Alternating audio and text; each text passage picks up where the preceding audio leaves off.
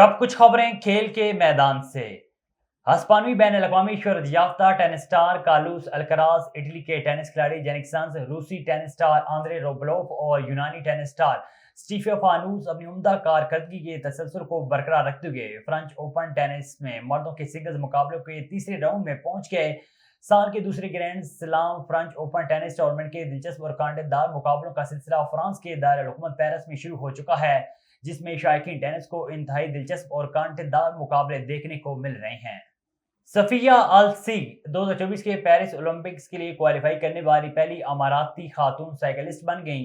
गैर मुल्की media reports के मुताबिक 22 साल खातून साइकिलिस्ट का ताल्लुक दुबई से है, जिन्होंने अपने शौक और जुनून को पेशे में तब्दील कर दिया है। मीडिया रिपोर्ट्स में बताया गया कि सफिया वर्ल्ड साइकिलिंग चैंपियनशिप में मुत्तहदा अरब अमारात की नुमाइंदगी कर चुकी हैं और अब इन्हें हाल ही में यूएई साइकिलिंग फेडरेशन की जानिब से 2024 पेरिस ओलंपिक्स के लिए क्वालिफाई करने की खुशखबरी सुनाई गई है। चेयरमैन पीसीबी मोहसिन नकवी ने कहा है कि कौम से दरखास्त है कि टीम को 1 महीना दें, टीम वर्ल्ड कप जीत कर आएगी। लंदन में मीडिया से गुफ्तगू करते हुए चेयरमैन पीसीबी मोहसिन नकवी ने कहा है कि टीम एक मैच हार जाए तो पोस्टमार्टम होता है। उन्होंने वर्ल्ड कप तक टीम पर तनकीद न करने की दरखास्त करते हुए उम्मीद जाहिर की कि 4 हफ्ते बाद टीम फाइनल में होगी। इस वक्त तक टीम का साथ दें। कौमी टीम के दिमाग में एक बात है कि वो कौम हमारे साथ है और वो जीत जाएगी।